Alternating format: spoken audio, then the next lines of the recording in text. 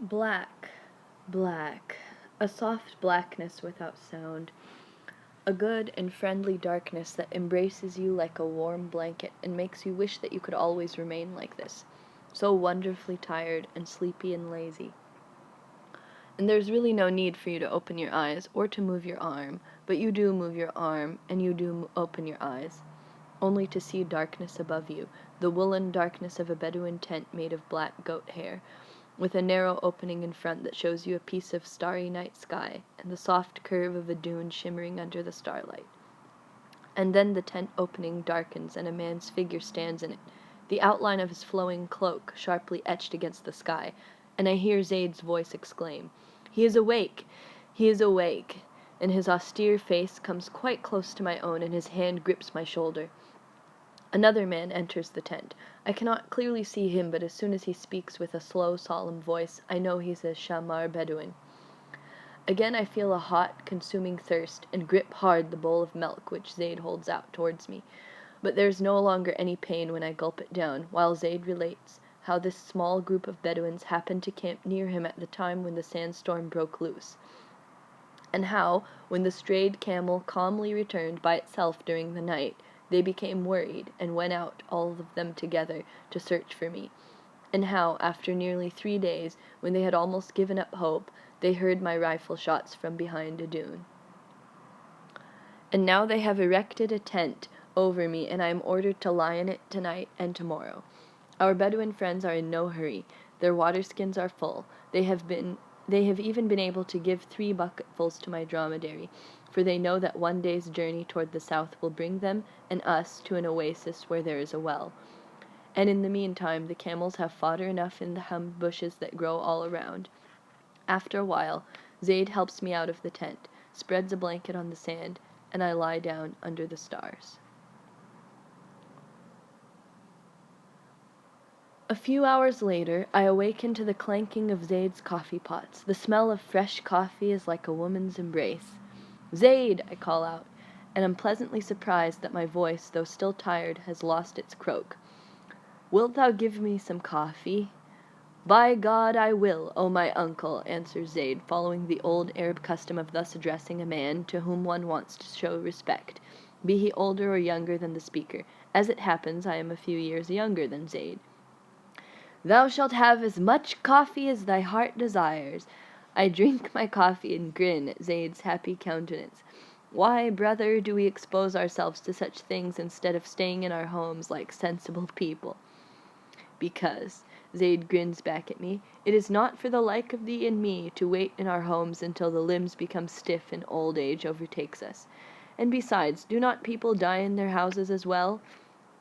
Does not man always carry his destiny around his neck, wherever he may be?" The word Zaid uses for destiny is qisma, that which is apportioned, better known to the West in its Turkish form, kismet.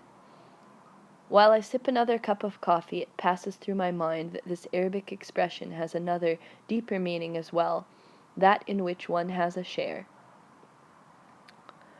That in which one has a share. These words strike a faint, elusive chord in my memory. There was a grin that accompanied them. Whose grin? A grin behind a cloud of smoke, pungent smoke, like the smoke of hashish. Yes, it was the smoke of hashish, and the grin belonged to one of the strangest men I have ever met. And I met him after one of the strangest experiences of my life, while trying to escape from a danger that seemed, only seemed, to be imminent in its threat. I had been racing, without knowing it, into a danger far more real, far more imminent, than the one I was trying to elude, and both the unreal danger and the real one led to another escape. It all happened nearly 8 years ago, when I was traveling on horseback, accompanied by my Tatar servant Ibrahim, from Shiraz to Kerman in southern Iran. A desolate, thinly populated, roadless stretch near Niris Lake. Now in winter it was a squelchy, muddy steppe with no villages in the vicinity, hedged in to the south by Kuhigushnagan, the mountains of the Hungry. Toward the north it dissolved into the swamps that bordered the lake. In the afternoon, as we circumvented an isolated hill, the lake came suddenly into view, a motionless green surface without breath or sound or life, for the water was so salty that no fish could live in it. Apart from a few crippled trees and desert shrubs, the salty soil near its shores did not allow any vegetation to grow. The ground was lightly covered with muddy snow, and over it, at a distance of about 200 yards from the shore, ran a thinly outlined path. The evening fell, and the caravanserai of Khan-i-Khet, our goal for the night, was nowhere in sight. But we had to reach it at any price. Far and wide there was no other settlement, and the nearness of the swamps made progress in darkness extremely hazardous. In fact, we had been warned in the morning not to venture there alone, for one false step might easily mean sudden death. Apart from that, our horses were very tired after a long day's march over oozy ground, and had to be rested and fed. With the coming of the night, heavy rain set in. We rode, wet and morose and silent, relying on the instinct of the horses rather than on our useless eyes. Hours passed, and no caravanserai appeared. Perhaps we had passed it by in the darkness, and would now have to spend the night in the open under a downpour that was steadily mounting in strength. The hooves of our horses splashed through water. Our sodden clothes clung heavily to our bodies. Black and opaque hung the night around us in its veils of streaming water. We were chilled to the bone, but the knowledge that the swamps were so close was even more chilling. Should the horses at any time miss the solid ground, then may God have mercy upon you, we had been warned in the morning. I rode ahead, with Ibrahim following perhaps 10 paces behind. Again and again the terrifying thought. Had we left Khan-i-Khet behind us in the darkness? What an evil prospect, to have to spend the night under the cold rain. But if we proceeded farther, what about the swamps? All of a sudden, a soft, squishy sound from under my horse's hooves. I felt the animal slide in the muck, sink in a little, drop one leg frantically, slide again, and the thought pierced my mind. The swamp. I jerked the reins hard and dug my heels into the horse's flanks. It tossed its head high and started working its legs furiously. My skin broke out in cold perspiration. The night was black, that I could not even discern my own hands, but in the convulsive heaving of the horse's body I sensed its desperate struggle against the embrace of the swamp. Almost without thinking, I grabbed the riding crop which ordinarily hung unused at my wrist, struck the horse's hindquarters with all my might, hoping thus to incite it to utmost effort, for if it stood still now it would be sucked, and I with it, deeper and deeper into the mud. Unaccustomed to such ferocious beating, the poor beast, a Kashgai stallion of exceptional speed and power, reared on its hind legs, struck the ground with all fours again, strained graspingly against the mud, jumped, slipped, heaved itself forward again, and slipped again, and all the time its hooves beat desperately against the soft, oozy mire. Some mysterious object swept with a swish over my head. I raised my hand and received a hard, incomprehensible blow. What from? Time and thought tumbled over one another and became confused. Through the splashing of the rain and the panting of the horse I could hear for seconds that were like hours the relentless sucking sound of the swamp. The end must be near. I loosened my feet in the stirrups, ready to jump from the saddle and try my luck alone. Perhaps I could save myself if I lay flat on the ground, when suddenly, unbelievably, the horse's hoofs struck against hard ground, once, twice, and with a sob of relief I pulled the reins and brought the quivering animal to a standstill. We were saved.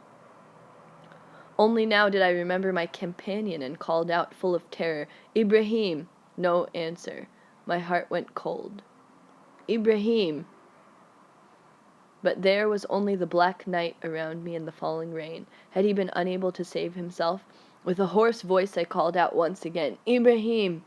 And then, almost beyond belief, a shout sounded faintly from a great distance. "Here! I am here!" Now it was my reason's turn to stand still. How had we become so widely separated? "Ibrahim!" "Here! Here!" And following the sound, leading my voice by the reins, and testing every inch of ground with my feet, I walked very slowly, very carefully toward the distant voice, and there was Ibrahim, sitting calmly in his saddle. "What has happened to you, Ibrahim? Didn't you also blunder into the swamp?" "Swamp? No, I simply stood still when you suddenly, I don't know why, galloped away." Galloped away? The riddle was solved. The struggle against the swamp had only been a fruit of my imagination. My horse must have simply stepped into a muddy rut, and I, thinking that we were being drawn into the morass, had whipped it into a frenzied gallop. Cheated by the darkness, I had mistaken the animal's forward movement for a desperate struggle against the swamp, and had been racing blindly through the night, unaware of the many gnarled trees that dotted the plain. These trees, and not the swamp, had been the immediate real danger. The small twig that had struck my hand could as well have been a larger branch, which might have broken my skull, and thus brought my journey to a decisive end in an unmarked grave in southern Iran.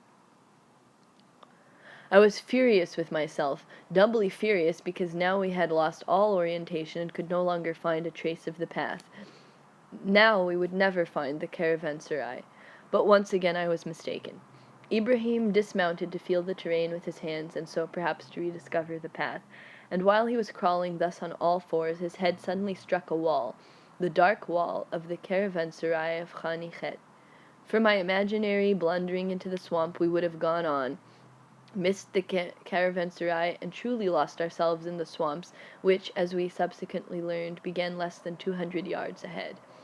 The caravanserai was one of the many decayed remnants of the epoch of Shah Abbas the Great, mighty blocks of masonry with vaulted passageways, gaping doorways, and crumbling fireplaces. Here and there you could discern traces of old carving over the lintels and cracked majolica tiles. A few inhabitable rooms were littered with old straw and horse dung. When Ibrahim and I entered the main hall, we found the overseer of the caravanserai seated by an open fire on the bare ground. At his side was a barefooted man of diminutive size, draped in a tattered cloak. Both rose to their feet at our appearance, and the little stranger bowed solemnly with an exquisite, almost theatrical gesture, the right hand placed over the heart. His cloak was covered with innumerable multicolored patches. He was dirty, entirely unkempt, but his eyes were shining and his face serene. The overseer left the room to attend to our horses.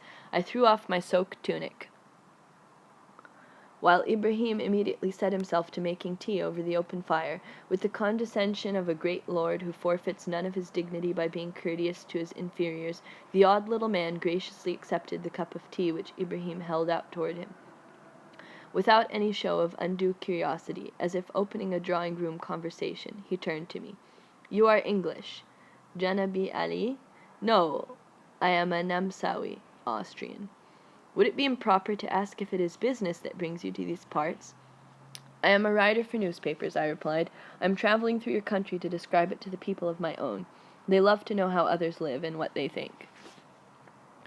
He nodded with an approving smile and lapsed into silence. After a while he drew a small clay water pipe and a bamboo rod from the folds of his cloak. He attached the rod to the clay vessel, then he rubbed something that looked like tobacco between his palms and placed it carefully, as if it were more precious than gold, in the bowl of the pipe, covering it with live coals. With a visible effort he drew in the smoke through the bamboo rod, violently coughing and clearing his throat in the process. The water in the clay pipe bubbled and the biting odor began to fill the room. And then I recognized it. It was Indian hemp, hashish, and now I understood also the man's strange mannerisms. He was a hashashi, an addict.